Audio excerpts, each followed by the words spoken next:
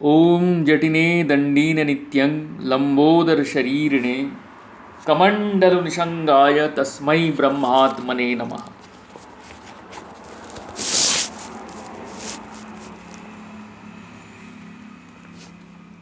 মন্দির পত্রিকা পঞ্চদশ বর্ষ অষ্টম সংখ্যা। মায়ের কথা। লেখিকা শ্রী রজরানী। জয় জয় শ্রী শ্রী গোসাইজি, জয় জয় শ্রী শ্রী যমুনা মাইজি। মায়ের কথা কিছু লিখিবার জন্য হঠাৎ ভোর হইতে বারবার আমার মনে কে যেন প্রেরণা দিতেছে। আমাদের প্রাণের ভাই নাড়ুগোপাল ব্রহ্মচারী আজ নাই। তিনি আমায় বারবার বলিতেন, মায়ের কথা তুমি যাহা জানো লিখো, হ্যাংলা বাংলা যেভাবে পারো লিখো, আমি ঠিক করিয়া দিব। এতদিন লেখা হয় নাই। মা এবং গোসাইজিকে স্মরণ করিয়া আজ কলম ধরিলাম। তাহারা যদি দয়া করিয়া লেখান তবেই কিছু লেখা হইতে পারে, নতুবা আমার কোনোই শক্তি নাই। 1323 সনের 2রা কার্তিক আমার কপাল পুড়িয়া যায়, আমি বিধবা হই। তখন সুবোধ গর্ভে ছিল। সুবোধের জন্ম ওই সনের ফাল্গুন মাসে।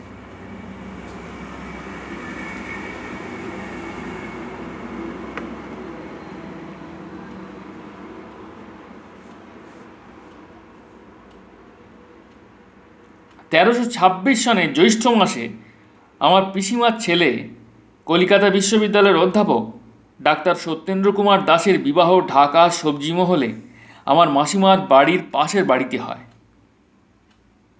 আমি সেই বিবাহে গিয়াছিলাম বটে। আমার মন কোথায় গেলে শান্তি পাইব সেজন্য ব্যাকুল ছিল। মাসিমার বাড়ি যাইয়া দেখি তিনি ঠাকুর ঘরে পূজা করিতেছেন। তিনি ময়ূর মুকুট বাবার আশ্রিতা। ময়ূর মুকুট বাবার ফটোর পাশে দেখি খুব ছোট গোসাইজির একটি মূর্তি। আমি তখন মাসিমাকে জিজ্ঞাসা করি যে কী প্রকারে গোসাইজির মূর্তি ওই ফটোর মধ্যে আসিয়াছে। তিনি বলেন, পূজা করিতে করিতে গোসাইজির মূর্তি পাশে ফুটিয়া উঠিয়াছে। তখন আমি এই সাধন কি করিয়া পাই তাহাকে জিজ্ঞাসা করিলাম। মাসিমা বললেন, এখনও কত লোককে গোসাইজি সাধন দিতেছেন। আমার অত্যন্ত আকাঙ্ক্ষা হয় কি করিয়া এই সাধন পাইব। আমার স্বামীর পরলোক গমনের পরে আমার মেজ ছেলে পণ্ডিতের খুব কঠিন রোগ হয়। বহু অর্থ ব্যয়, বহু চিকিৎসা করিয়াও কোনো ফল পাইলাম না। তাই ওই সনে আমার ভাই রমণীর সঙ্গে তাহাকে লইয়া পুরীধামে যাই। তথায় পৌঁছিয়া শ্রী শ্রী জগন্নাথ দেবের মন্দিরের সামনে গরুর গাড়ি রাখিয়া বাসা খোঁজ করিতে লাগিলাম। তখন মালদহের গৌরের সঙ্গে দেখা হয়। সে আমাদিগকে তাহার বাসায় নিয়ে যায় এবং পরে আমাদের বাসা ঠিক করিয়া দিবে বলে। তাহার বাসায় গিয়া দেখিলাম প্রত্যেক ঘরেই গোসাইজির আশ্রিতজন। বাড়িটির নাম জগন্নাথ বল্লভ মঠ। পাশের ঘরে শ্রী শ্রী যমুনা মাইজি আছেন। মা পান্তা প্রসাদ নিয়ে খাইতে বসিয়াছেন। তিনি আমাকে বলিলেন, মা এসো, আমার সঙ্গে প্রসাদ লও। আমি তাহার রূপটি দেখিয়াই মোহিত হইলাম, যেন আমার সঙ্গে তাহার কত কালের পরিচয়। তাহার সঙ্গে ছিলেন তাহার স্বামী শ্রীযুক্ত প্যারীমোহন বসু এবং তাহার আশ্রিত শিশির, ষষ্ঠী, শ্রীদাম ও রমণী। আমি সমুদ্র তীরে বাসা ভাড়া করিলাম। সেই বাসায় মায়েরই ছেলে টোনা দাদা শ্রী পবিত্র কুমার বসু একটি ঘর ভাড়া নিয়ে আছেন। মা প্রতিদিন ওই বাসা হইয়া বেড়াইতে যান। কি তাহার রূপ! দেখিলে চোখ যেন এদিক সেদিক হইতে চায় না, কেবলই মনে হইতে থাকে তাহারই সার্থক জীবন যে তাহার সঙ্গ পাইয়াছে, যেন সাক্ষাৎ জগৎ জননী। আরও মনে হইতে থাকে আমায় যাহারা ভালোবাসেন তাহাদের সবাইকে তাহাকে দেখাইব। এ জগতে তাহার তুলনায় কিছুই পাই না। জয় হোক মায়ের। পরে স্নানযাত্রা ও রথযাত্রা দেখিয়া ঢাকায় ফিরিলাম, কিন্তু হৃদয়ে মায়ের ভুবনমোহনী রূপ গাঁথা রহিল। মন কেবলই মাকে চায়, আর কিছুই ভালো লাগে না। ঢাকায় আসার কিছুদিন পরে আমার সে ছেলেটি মারা যায়। আমি রমণীকে বলিলাম, আমাকে মায়ের কাছে নিয়ে চলো। 1326 সনের আশ্বিন মাসের বড় ঝড়ের 3 দিন পর আমি মায়ের কাছে গেন্ডারিয়া আশ্রমে যাই। তিনি কত আপন জনের মতো আদর করে আমাকে কাছে বসাইলেন। তার রূপ ও লাবণ্য কি মধুর! ভাবে ও ধ্যানে মগ্নাবস্থা। 2-3 দিন পর আমি দীক্ষিতা হই। মায়ের বাড়িতে কলেজের অনেক ছাত্র যাতায়াত করিত। আমি প্রতিদিন দুপুরবেলা মায়ের কাছে যাই এবং সন্ধ্যা আরতি ও কীর্তনের পর রাত্রি 11টা-12টায় বাড়ি ফিরি। প্রতিদিনই কিছু খাবার নিয়ে যাই। একদিন শুধু গাড়ি ভাড়ার পয়সা ছিল, সেজন্য খাবার নিতে পারি নাই। আমার সঙ্গে প্রত্যহই 2-3 জন যাইত। সেদিন আমার মাসি শাশুড়ি কেবল আমার সঙ্গে গিয়াছিলেন। মা ঘুমাইয়াছেন, আর ছেলেরা সব বসিয়া আছে। মা ঘুমের মধ্যে বলিলেন, গোপালকে খাওয়াবো, খাবার এনেছিস? আমি তখনই আমার মাসি শাশুড়িকে বলিলাম, আমায় কিছু পয়সা দিন, আমি পরে দিব। 2 আনা পয়সা নিয়ে তখনই গুরুভাই বিচিকে বলি, মা ঘুম হইতে উঠার পূর্বে একটি ছানার সন্দেশ নিয়ে আসুন। বিচি ভাই বাজারে যাওয়ার পর মায়ের ঘুম ভাঙিল। তিনি অমনি হাত বাড়াইয়া আমায় কোলে নিয়ে বসলেন। বিচি দাদা সন্দেশ নিয়ে এলেন। তখন আমি বলি, মা খাও। মা বলেন, আর কত খাবো? মাসি শাশুড়িও বলেন, মা সেবা করো। মা উত্তর করলেন, আর খেতে পারবো না মা। আমার মা আমায় কোলে নিয়ে কত কিছু খাওয়ালেন, তুমি দেখতে পেলে না? পরে দেখি মা উদ্গার দিচ্ছেন, জয় হোক মায়ের। মা বলিতেন, এবার নূতন খেলা বাবা খেলিবেন, যা কখনো হয়নি আর হবেও না। বাঘে গরুতে এক ঘাটে জল খাবে, হিংসা থাকবে না। এবার আমি ধূমাবতী হয়ে বসেছি, কুল দিয়ে ঝাড়ব, চিটাগুলা উড়ে যাবে, সারগুলা থাকবে। মা অতি মধুর গান গাহিতেন, কখনো বীণা বাজাইয়া গাহিতেন। সে বৎসরই শ্রীরাম দাদা আসার 3 দিন পর মা ফাল্গুন মাসে হঠাৎ কলিকাতা যান, তথায় 2 মাস থেকে নবদ্বীপে যান। আমি সেই সময় প্রতিদিন মাকে রিপ্লাই কার্ডে চিঠি লিখিতাম, মাও উত্তর দিতেন। মা বিহনে আমি যেন সর্বহারা। মাকে ছাড়া কিছুই ভালো লাগে না এবং চোখের জলেরও বিরাম হয় না। ঢাকার জমিদার বাবু মতিলাল দাস আমার মাস্তুতো ভাই। তিনি সকলকে নিয়া বারুণী স্নানে যাইতেছেন। তিনি আমাকেও যাইবার জন্য বলে পাঠান। বড় লোকের সঙ্গ ভালো লাগবে না বলে আমি বারণ করে দিলাম। বাবা তাহার অধীনে চাকরি করিতেন। আমাকে নিয়ে যাওয়ার জন্য বাবাকেই পাঠাইয়াছিলেন। বাবা আমাকে বলিলেন, মতির বউ খুব ভক্তিমতী, ধর্মগ্রন্থ নিয়েই থাকে, তোর মাসিমাও থাকেন। কতদিন পর যাইয়া দেখি যে সত্যই মতিদাদার স্ত্রী শ্রীযুক্তা ব্রজমোহিনী দাসী গোসাইজির গ্রন্থ পাঠ করেন। অনবরত আমার চোখে জল দেখিয়া তিনি আমাকে কত সান্ত্বনা দিয়াছেন এবং কত প্রীতিদান করিয়াছেন। তাহার প্রীতির আকর্ষণেই প্রায়ই তাহার বাড়ি যাইতাম। একদিন আমার কান্না দেখিয়া তিনি নবদ্বীপে মাকে পত্র দেন। রজরানীর কান্না দেখিয়া আমার খুব কষ্ট হয়, তুমি এসো। ব্রজমোহিনীর সঙ্গে মায়ের পরিচয় ছিল না। কোন ঘরের মেয়ে বা বউ তিনি তাহাও জানিতেন না। তাহার পত্র পেয়েই মা লিখেন, মা ব্রজরানী, তোমার ট্রাঙ্কে যে নীলাম্বরী শাড়িখানা আছে সেখানা মাকে পরাইতে পারো কি? আর 1 জোড়া কানের দুল। আমি তো অবাক, যার সঙ্গে কোনো দিন জানা নাই, আগেই তার কাছে চাওয়া। ব্রজমোহিনীকে মা ব্রজরানী বলে পত্র দেন। আমার তদবধি তাহাকে ব্রজরানী দিদি বলি। মায়ের এই পত্রখানা ব্রজরানী দিদিকে দিলে তিনি উহা পড়িয়া হাসিয়া বলেন, আমার বাবা বহু দামের একখানা নীলাম্বরী শাড়ি আমাকে দিয়াছিলেন, সেখানা আমার ট্রাঙ্কেই আছে, আর সমস্ত শাড়ি আলমারিতে আছে।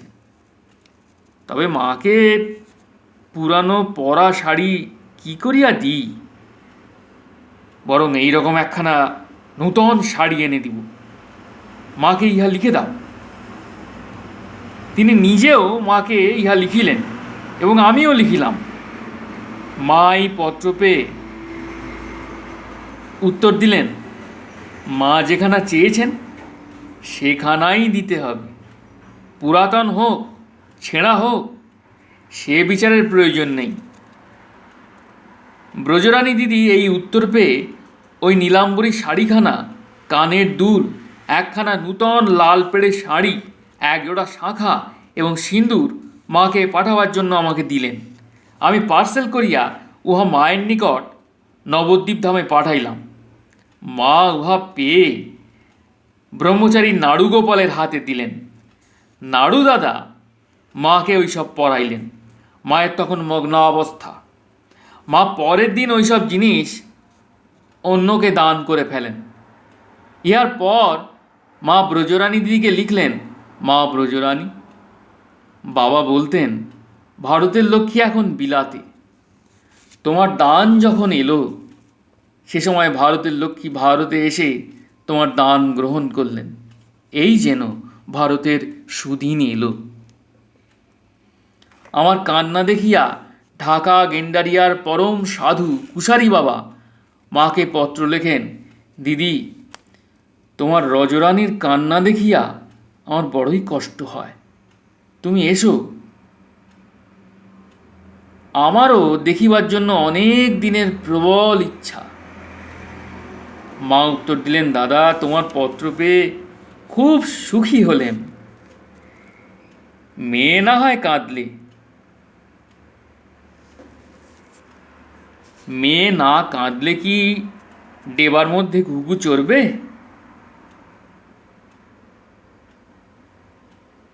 মেয়ে না কাঁদলে কি ঘরের মানিক ঘরে আসবে?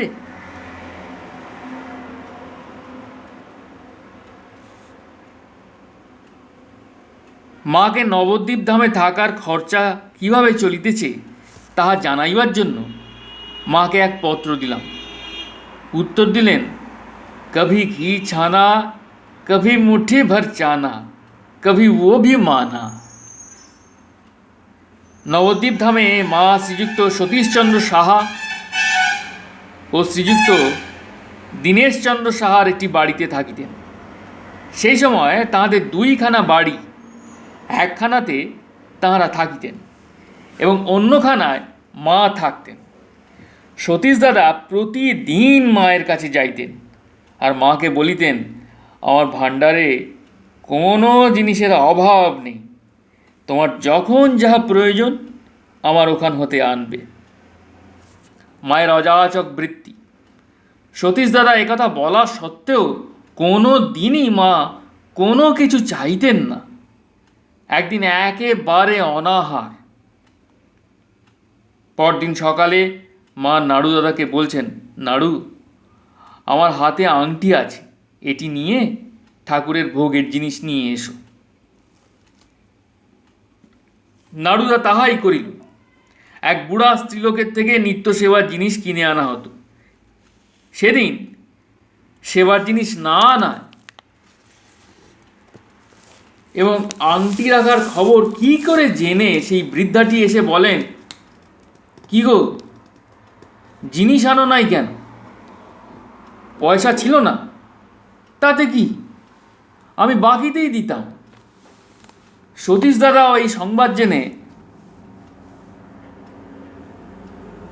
মা তাহাকে আপন মনে করেন না বলে মায়ের কাছে আসিয়া কাঁদিয়া ফেলেন এবং মাকে সেবার জন্য 10টি টাকা দেন।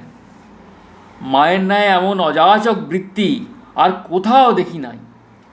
জয় মা, তোমার জয় হোক। সেই সময় সন্ধ্যায় আমার বাবার বাড়ির তেতলার ছাদের উপর যখন সাধন করতে বসতাম, কোথা হতে এক পাখি এসে আমার মাথার উপর ঘুরত। পরে সিঁড়ির ঘরে যাইয়া বসিলে তখনও সেই পাখি সিঁড়ির ঘরের উপর ঘুরত।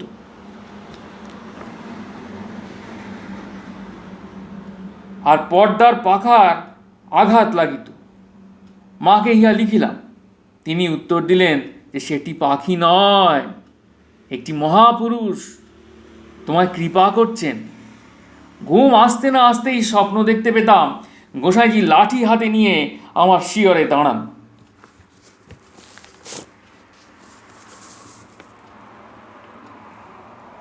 তখন আমি মায়ের জন্য অস্থির।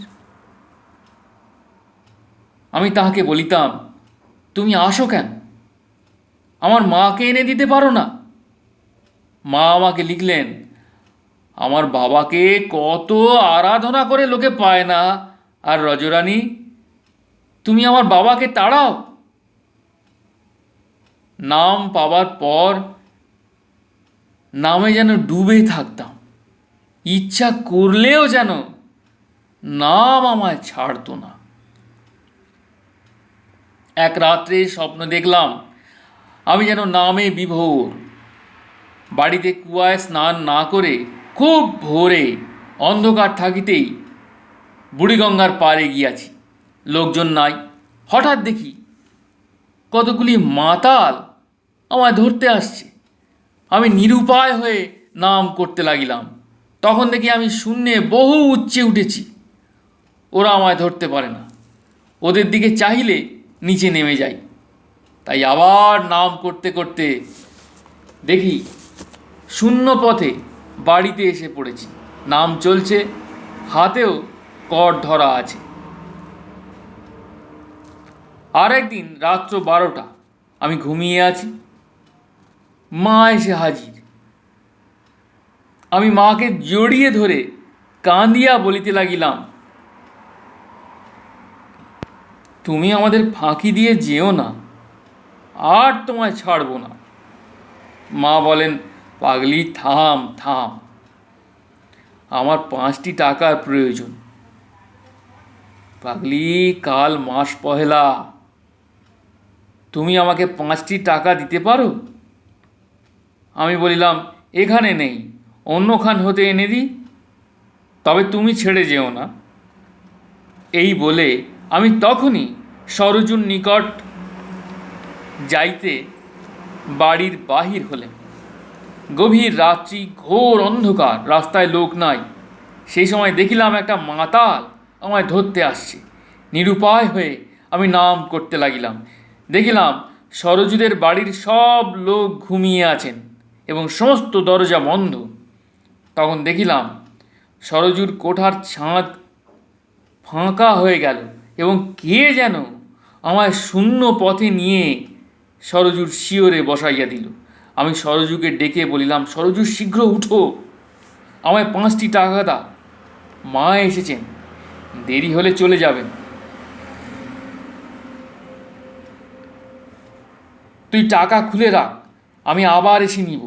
সরজু তখনই সিন্দুক থেকে টাকা বের করে দিতে উঠল। মা 5 এবার চলে যান। ভয়ে মাকে দেখতে এলেন। মা তখন দুহাত বাড়ায় বলছেন, আয় মা, আমার কোলে আয়, আমার টাকার প্রয়োজন নেই। দেখ, ছেলেরা সব আমার জন্য কিছুই ভাবে না, ভয়ও করে না, তাদের আমি কি দিব বল? আমি যে তাদের কাছে ঋণী হয়ে রইলেম। এইরূপ বহু স্বপ্ন দেখি।